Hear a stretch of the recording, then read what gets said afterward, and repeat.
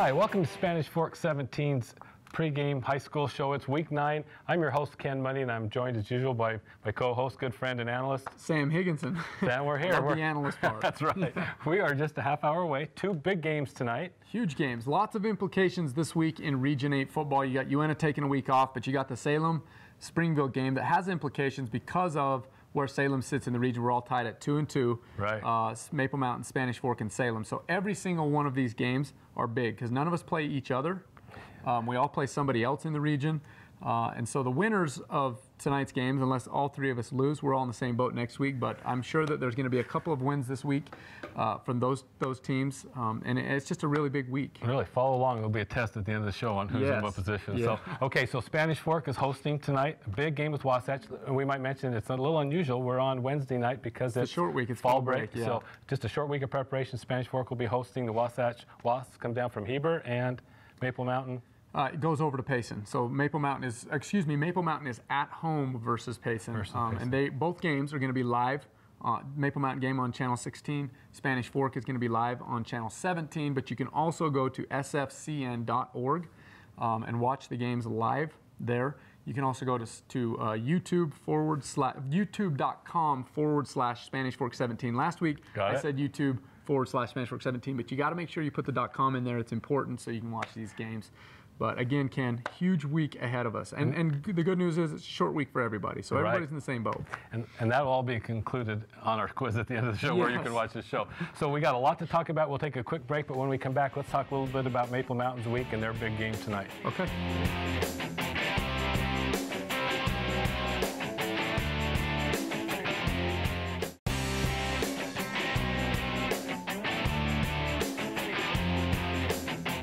So it really is a big night at Maple Mountain High School. They've got the Payson Lions coming to town. Payson, kind of the doormat of Region 8, it looks like, but that's a team you can't sleep on any team in this region when it's so close to standings. No, I think that Payson has a lot to play for. I mean, they haven't won a game all season long. Coach Chapman is probably tired at this point. The guys are tired. They're tired of losing. But nothing to lose. No, nothing to lose. Everything to gain because they can get a little pride out of it. But you also have to remember that they're not having to face Jaron Hall. That's a big, big thing for the Payson Lions. And that had really some big implications in last week's game when Wasatch came in, took Maple Mountain to task and beat him pretty handily, really. Yeah, well, I mean, the kicker kind of took it to him. He beat him almost single-footedly, didn't he? We have said it before. There are games where special teams, a lot of people will say special teams wins games. I think last week we saw firsthand that special teams do in fact win games. Well, break down his first half for the kicker. Yeah, the first half for the kicker, and I could be wrong just a little bit, but I know he hit a 53-yarder. I know he hit a 43-yarder or 44-yarder. I don't want to cheat him 1 yard. I know he hit a 34-yarder and something like a 19-yarder in the first half. What a weapon. What a weapon for a coach. High school football has completely changed with a guy like him. And currently, right now, he's not only the #1 ranked kicker in the state, he's the #1 kicker in the nation. Wow. He is being recruited heavily by everybody, but he's already given his commitment to the Cougars. And I'll bet BYU's making sure that commitment stands. Really, so yeah, that's a huge commitment for him. Yeah, so he takes the lead, and then a big injury happens to Maple Mountain early in the game. Yeah, I'll tell you what, you lose a guy like Jaron Hall on a team like that, I think it changes the game. Just a confidence-wise. Yeah, confidence-wise, it changes your entire offense. The guys now feel like they're pressing on defense, on offense. It's a really big adjustment to lose a guy like him. Something that the Spanish Fork had to deal with the week before when Nate Kiesel went down, and Spanish Fork, it just changes all the karma of the whole team. It really does. It really does, and especially a kid like him. I think that it's really difficult to lose a kid like him. And we had a chance earlier in the week to catch up with Coach Burtonshaw. Oh, it's got to change his whole mindset. It absolutely does. I mean, he has to really adjust his offense to a new kid. And the kid that they've got coming in, Austin Edwards, one of the best athletes in all of Region 8. So I think we saw that in the Spanish Fork game. He went around the end as fast as anybody I've seen this year. So if he can be able to do that on this Maple Mountain offense, he's going to have a pretty successful night. But we had a chance to sit down with, or to talk to Coach Burtonshaw to talk a little bit about what they're working on right now. Let's take a look at that interview. What stuff are you working on? Just making sure the kids are learning. A football game is a big thing to prepare for. There's a lot of knowledge and practice and repping and film study that goes into it, and it's just getting all those little things right, from our steps on our blocking to exactly what we're looking for on defense. It's just a lot to fit in one day. So the last game, you had a hard time scoring. Would you say that was due to Hall being out, or was that other things contributed to that as well? Well, I think first and foremost, I mean, anytime you lose your starting quarterback, there's going to be a tough time adjusting to that. I thought Wasatch did a good job of scheming us, and had their players played well. They didn't make a lot of mistakes, but we're trying to break in new quarterbacks, and I think that all just kind of built up. Definitely. And what do you think about Austin Edwards? Do you think he can fill the role this next game? Yeah, I mean, he's a different style of quarterback, but he's an athlete. He's done it a little bit in the past with some of our younger teams, so he's not totally brand new. But yeah, we're just trying to adjust the playbook now to do things that go to his strengths versus what Jaron could do. And is there any specific adjustments that you would want to make for this next game versus the last? Just mistakes. I mean, I thought we made a lot of mistakes in the last game, so I don't know, maybe every football coach probably feels like that, but just, trying to clean up some of those things, some of the penalties and turnovers, and making sure we're making the right reads when we need to is what we're always trying to work on.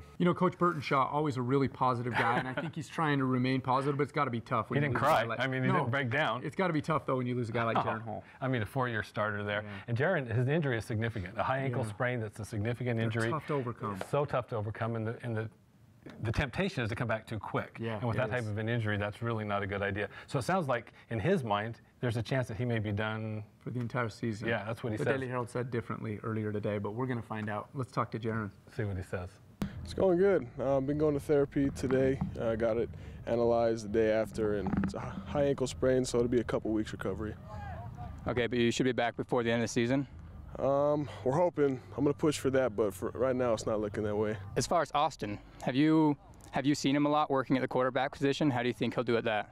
Yeah, I think he'll do just fine. Our offense is pretty low key and easy to get down. I mean, he's been a receiver in the system all year long, so he knows quite a bit more than most of the other kids who have been playing on the offensive side. So really, I think for him, it's just coming in, getting the play calls, and making it simple for himself.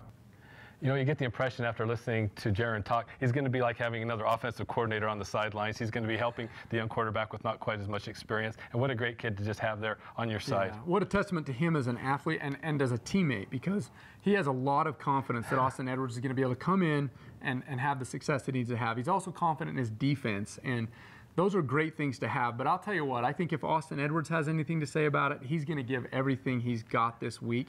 And I think the team is completely behind him. Oh, yeah, I'm sure Jaron, he's got to be heartsick about it. He's a senior. Yeah. Now there's a chance in a region that is so close, and every game is so important that he may miss a couple of games, it sounds like. We had a chance to catch up with Austin Edwards to talk about this very thing and how he feels like he's going to fare at the quarterback spot. Let's take a look. What are you focusing on? Well, our quarterback went down, so we're just trying to regroup. I'm going in at second string, and so we got to make sure that we just perform as well as we did when he was there. Yeah, definitely. And how much experience have you had at quarterback? I was sophomore in JV quarterback, but other than that, I haven't done a whole lot. I feel like the offense has a lot of faith in me, the defense has a lot of faith in me, and I have a lot of faith in them, and I'll put the ball in spots where they can make big plays.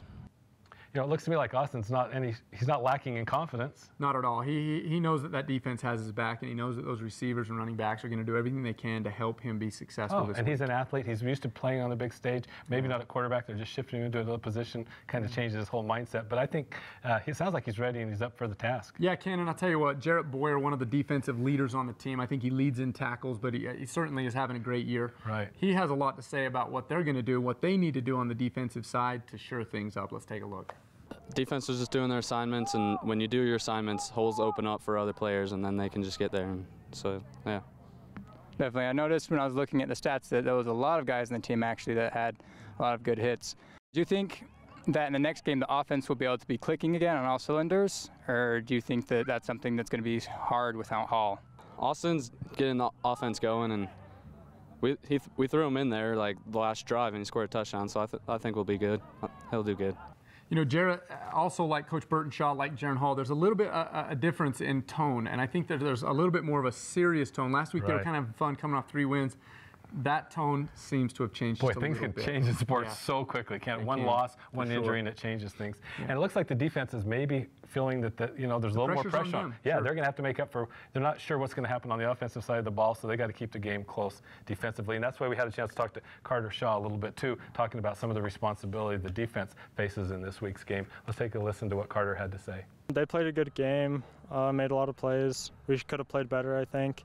Gave up a lot of field goals. They have a pretty good kicker. I heard Coach saying you got to get some stuff right. Yeah. What are those things that you're working on? Playing more as a team, like everyone getting to the ball, everyone working hard every play, not just waiting for somebody else to do it. As a player, what do you think you can do better for next game? Just keep working hard, come up and make plays, don't miss tackles. You know, I hate to say it, but if you got to have a new quarterback and break in a new quarterback, and you got to look on the schedule and who you want to do it against, as much as it hurts me because I was a Payson Lion, it's probably the Payson Lions. It is, and you know what, Ken, if you were going to ask me, and I'm sure you were going to, if I had to pick the winner of this week's game, I want a score from you. You know what, I'm actually going to go 28-7 for Maple Mountain. I think that Austin Edwards is going to get out, scramble, and there's going to be big things happen. He's probably going to dump a few passes off. He's going to get some big runs out of the running backs. He's so fast. All he needs is just a seam. If that offensive line can create a seam for him, he could. I'm guessing the defense is also going to take that pressure on and put a stop. Maybe the challenge because knowing that their quarterback and their leader is not playing, so the defense feels kind of that sense of urgency. Yeah. Mm-hmm. So it's going to be a lot of fun. And we're just 15 minutes away from a kickoff. So tell people one more time real quick if they want to watch the game, how they can watch the Maple Mountain game tonight. YouTube.com/Spanish Fork 17 or sfcn.org. Of course, right here on 17 and 16. You can watch the Maple Mountain game on 16, Spanish Fork on 17. It's going to be a big night. Make sure you send that out to all of your friends so they can watch it from all over the world. Yeah, there's no excuse. So, okay, we'll take a quick break, but when we come back, we got to talk about a big game that the Dons are facing. Probably their biggest game of the year. Biggest game. We'll take a quick break. When we come back, let's break that down.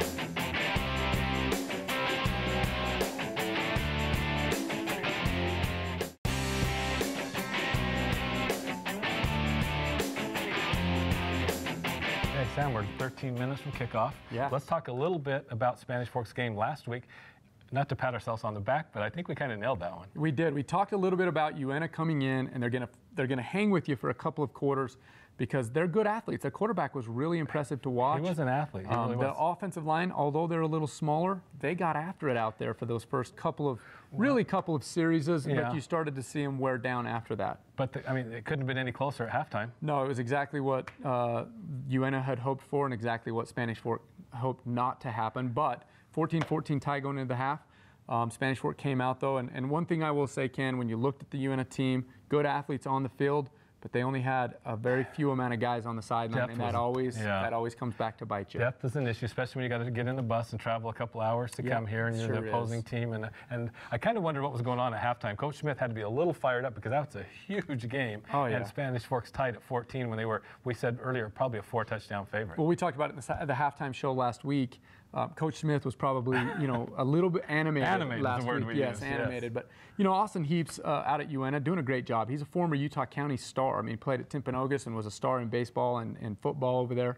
He's now out there as the head job, and I think he's doing a really good job. It's just a matter of numbers and depth for those guys, and I think they're going to be really tough. And it's so interesting. I'm sure they're gaining some momentum, but they said 3 different helmets their kids can wear. They got the nicest field maybe as any in the state, so it's not a money issue. Their facilities and their equipment best in the state. So with a good coach and the money in the program, it's just a matter of time, and they'll be could be a force to be reckoned with in Region 8. Yeah, and it was great for the Dons too. They had an opportunity to use a backup quarterback. Nate Kiesel, the starting quarterback, had a concussion earlier. Took a shot, didn't he? The week before, took a shot against Alta. Sat out last game. Brooks Ringer had an opportunity to come in and get some experience that might be very valuable as the season progresses. But we had a chance to sit down with Brooks. He's a kid that just moved in. It's interesting, both quarterbacks are move-ins this year, the starter and the backup.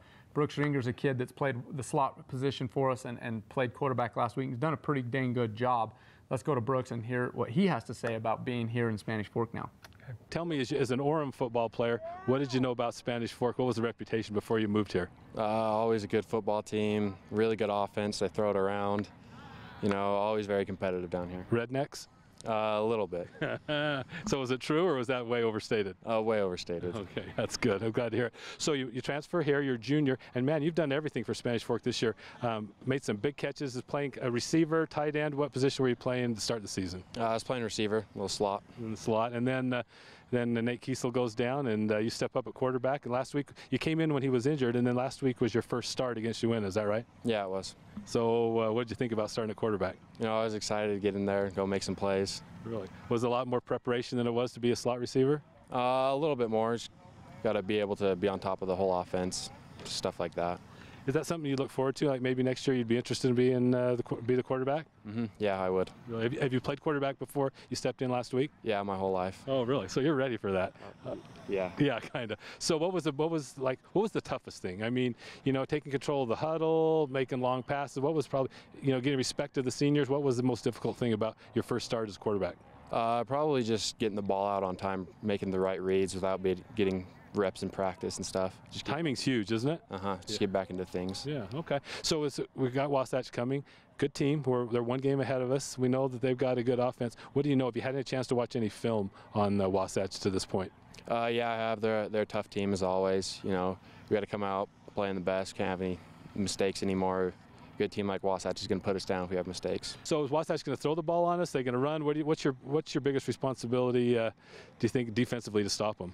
I think run first. They got an athletic quarterback. He knows how to run the ball pretty well.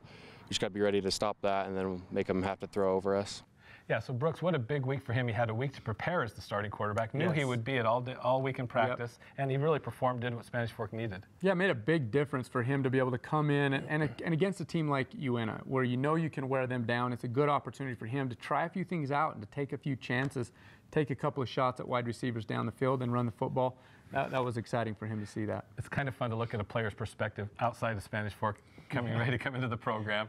You know, you could tell he kind of admitted that, yeah, there was some preconceived notions about what it was like to play at Spanish Fork, but he couldn't be happier. He loves the team, he loves the coaches, and he was telling me he just loves his teammates, and it was really a good move for him and a good move for the Dons. I know one of the Dons players who wouldn't mind being called that is a kid that's just really tough and has been a superstar for the Dons this year, both on the offensive side of the ball and on the defensive side of the ball. I think for me, I was talking to a couple of other boosters the other day, and we were talking about who has stood out, and number 10 for the Dons has definitely stood out. We had an opportunity to talk to Landon Jensen, both a linebacker and a running back, and we asked him a few questions about what he liked more, making the big tackle, getting a safety, or running that 70-yard touchdown. Let's take a look. Landon, you're playing both sides of the ball. It seems like you never ever really get off the field during a game. No, not really. I'm always on it. Offense, defense, 24/7. That's right. So you're playing running back on offense and linebacker on defense. If you had to just pick one side of the ball, which would it be? I don't know, LB, because I like getting hard hits and stuff like that more than running the football. Okay, so I got a question for you. As a running back, would you rather take it 70 yards for a touchdown, or as a linebacker, maybe sack the quarterback in the end zone for a safety? Which would you rather? I don't know, probably take it 70 yards because that's a touchdown. That's a lot more than a safety would be anyway. So, I mean, whatever helps the team out more, you know what I'm saying? That's a good point. So you got like an end zone dance ready to go when you score? Me and my friends got one ready for it. So. Oh, yeah. I was just kidding. So you really do. So you've been kind of choreographing it. Oh, yeah. Oh, good. So maybe we'll see it. So we're in a short week. Play Wasatch coming on Wednesdays, coming here to Spanish Fork. Huge game. They're in second place. One game ahead of us at Spanish Fork. What can you tell us? What do you know about Wasatch's team? Well, we really only have 2 days to get prepared, and so we got to watch a lot of film on them. I think we'll be ready, though. I know they got a good kicker, maybe the best kicker in the state. So really, that puts the pressure on you guys' defense. If those guys get into 30, 40-yard line, they're going to score. We got to keep them on the opposite side of the 50. We can't let them cross the 50, or else they can score 3 points easily. You know, Landon's a good-looking athlete, a lot of confidence, and a junior, so he'll be playing a big role next year for the Dons, and you know, I think he's up for it. Yeah, I mean, he's a bona fide leader on that team. Yesterday, I had a chance to be at practice for a minute. A couple of guys were running late from the trainer's room, and he was the guy over there doing the up downs. It wasn't a coach; it was Landon Jensen, a junior. So I think that's saying a lot about him. It sure does. He has the respect of his teammates for sure. Yeah, we had. You know, earlier you talked a little bit about the kicker. We talked a lot about the kicker from Wasatch. We're going to be facing him this week. We have a pretty good kicker ourselves in the Daw kid, and we had an opportunity to sit down and talk to him. Let's find out tonight who's going to be the best kicker. What do you think so far this season? How's the kicking? How's the leg going? It's good. It's a lot different, but it's fun. It's fun. So, you know, really the kicker kind of guy, a lot of pressure, you know, as a place kicker. So you're kicking extra points, field goals, and kicking off. What's your favorite? PATs. PATs are the closest. Yeah. So if they let you, how many field goals have you been able to attempt this year? I think 4. And how many have you completed? 3. 3 for 4, 75%. That's awesome. So what makes a guy decide he wants to be a kicker, a place kicker, playing football? Did you have some experience as a kicker before you got to high school? I played soccer before, and then I was like, I want to try football. And I didn't actually come out here to kick, but I came out here to play some football, you know, and so I kick too, so it's fun. What do you know about Wasatch's kicker? I know that guy's one of the best, well, the best kicker in the state for sure. Yeah, he he has a leg. I mean, Sorry, he's the second best kicker in the state. You're the best kicker in the state. He's just had more opportunity. yeah. I mean, if I had a chance at a 53-yarder, Yeah. How many 53-yarders have you missed this year? 0. 0. There you go. Okay. But yeah, he really is a good kicker, isn't he? And he's a BYU commit, and I think he's setting a state record for 17 or 18 field goals in the year. So, you know what, does that put a little more pressure on you? You want to kind of show him what you're made of? No, I'm just going to go out there and do what I do. You know, Sam, James Daw, I mean, he's really done a good job for Spanish Fork. He hasn't been called on a lot to kick field goals, but he's been up to the task when he has. A junior with, like a lot of kickers, kind of a soccer background that kind of helps him as far as swing, you know, is showing me the exercises he does, makes him confident for a good senior year and maybe some big kicks left this year. Yeah, and one of the things I love about him is that he said, I didn't come out here to kick, I came out here to play football, and I just happened to kick. And I love that because that aggressiveness and that athleticism, I think, brings a lot to the game of kicking. One of the other guys that we had an opportunity to sit down and talk to this week is a guy that's really stood out to me this year, Braden Christensen, number 5. Just a really good tight end for the Spanish Fork Dons, doing some really big things. Let's hear what he has to say. You know, as I look at you, you got ice pack, both knees iced. Man, this isn't basketball, is it? Not at all. It's much more physical. It's a very different sport. Did you ever have to ice up all 4 of your limbs playing basketball? Not at all. I once sprained my ankle, and that's the only time I had to ice. Really? Did you smell this bad when you're playing basketball? Not at all. These uniforms by the end of the week are ready for the washing machine, aren't they? Yeah, my mom is not very happy about it. Yeah. So you're playing tight end, basically, and when you decided to come out and play football for your senior year, and I know that was like the best news for Coach Smith, how did you decide on a position where you wanted to go? Well, the coaches just saw me catching the ball, and they saw that I could catch the ball pretty good. So then they put me at tight end because of my size. Do you think basketball has made a difference for football? Is there some crossover, some things, some skills you learned there that are helping you in football? Yeah, definitely. Just like boxing up and boxing out, and just like posting out people, and helped me a lot with my 5 and 6 and catching the ball. Quickness in your hands and stuff like that. Yeah. Okay, so Wasatch coming on Wednesday, senior night. You don't want to make this your last game playing on this field. Yeah, it's going to be sad, but it's going to be a fun moment. We're going to enjoy it. And the playoffs still come too, man. You're going to keep playing. It's a battle right now, isn't it? Yeah, it is. And so if we just win these next 2 games, we'll go to the playoffs. You know, I had to laugh about Braden when I saw him yesterday. All 4 extremities are iced up, you know, and he's like, he's one of a couple of guys that are seniors who have not, without any previous football experience, come out and play a pretty big role for Spanish Fork. Yeah, and I'll tell you right now, Coach Jordan Smith will tell you straight up that if he would have been a kid that played his sophomore and junior year, for all of you that are out there right now wondering if he should play football, the answer is yes, because if Braden Christensen plays those 2 years prior to this year, I bet you he's getting quite a few offers. He's a big physical kid, runs well, catches the ball well, and you know, he still might go on and play at the next level at this sport. Right. He's never played it. And a little bit of change in kind of offense philosophy the last couple of weeks. He's been kind of more of a go-to receiver. He's made some big catches over the middle and some nice easy throws for a new quarterback last week. Yeah, and you know, a big target like that is great for a quarterback, and especially, as you pointed out, a new quarterback. You throw it to a big guy like that, and he just kind of can envelope the ball. Quarterback's got to love to have a target like that. It's a great first down opportunity for him. Well, you know what? We're just about 4 minutes away from kickoff. Perfect night for football. Big game. It's Wednesday night, and we have a fall break coming, so it's a great way to go into the fall break with a win. And maybe we'll take a quick break when we come back. Let's talk a little bit about Spanish Fork right before we're ready to get started. Yeah.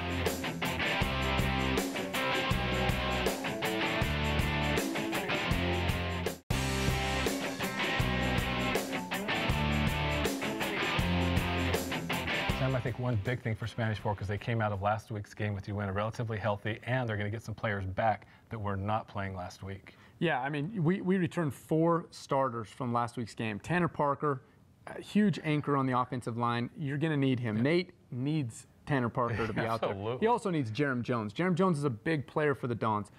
In addition to those guys, you get Mace Funa back, the state leader in interceptions as a freshman, and Nate Kiesel. I mean, you know, you get Nate Kiesel back, your starting quarterback. That certainly is kind of a comfort for everybody, the fans, the players, and the coaches. Absolutely, especially as we look at the region standings, how tight they are, and what one game difference could mean in this whole season. Yeah. Oh, it's. I'm telling you what, it's really huge. And for the Dons right now, they're only down a couple of guys. You know, I mean, you look around the region, Salem's down Cooper Smith, their #1 player. Maple Mountain's down their #1 player in Jaron Hall. Right. Spanish Fork, is down a couple of guys with Colton Condi and Niwa Tuita. Those guys they definitely make an impact in the game.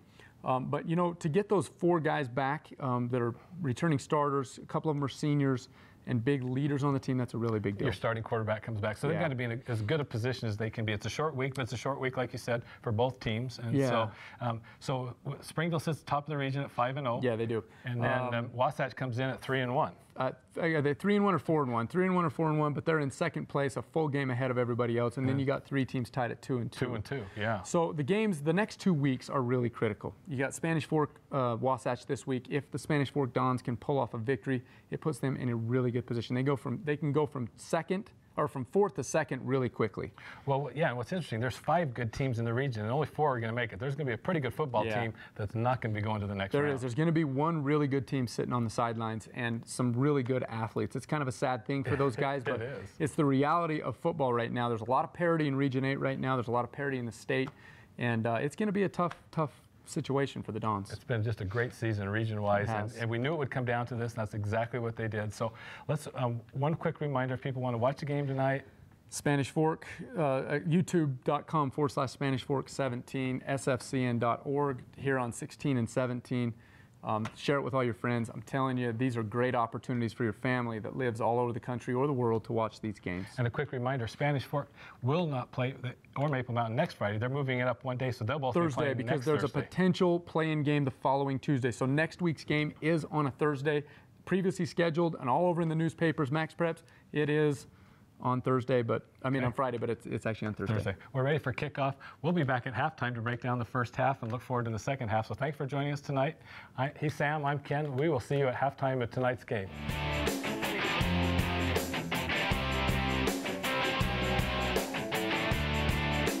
Hey, we want to give a special thanks and a shout out to our sponsor for the high school pregame show right here on SFCN, to Salem Chevron and Burger King.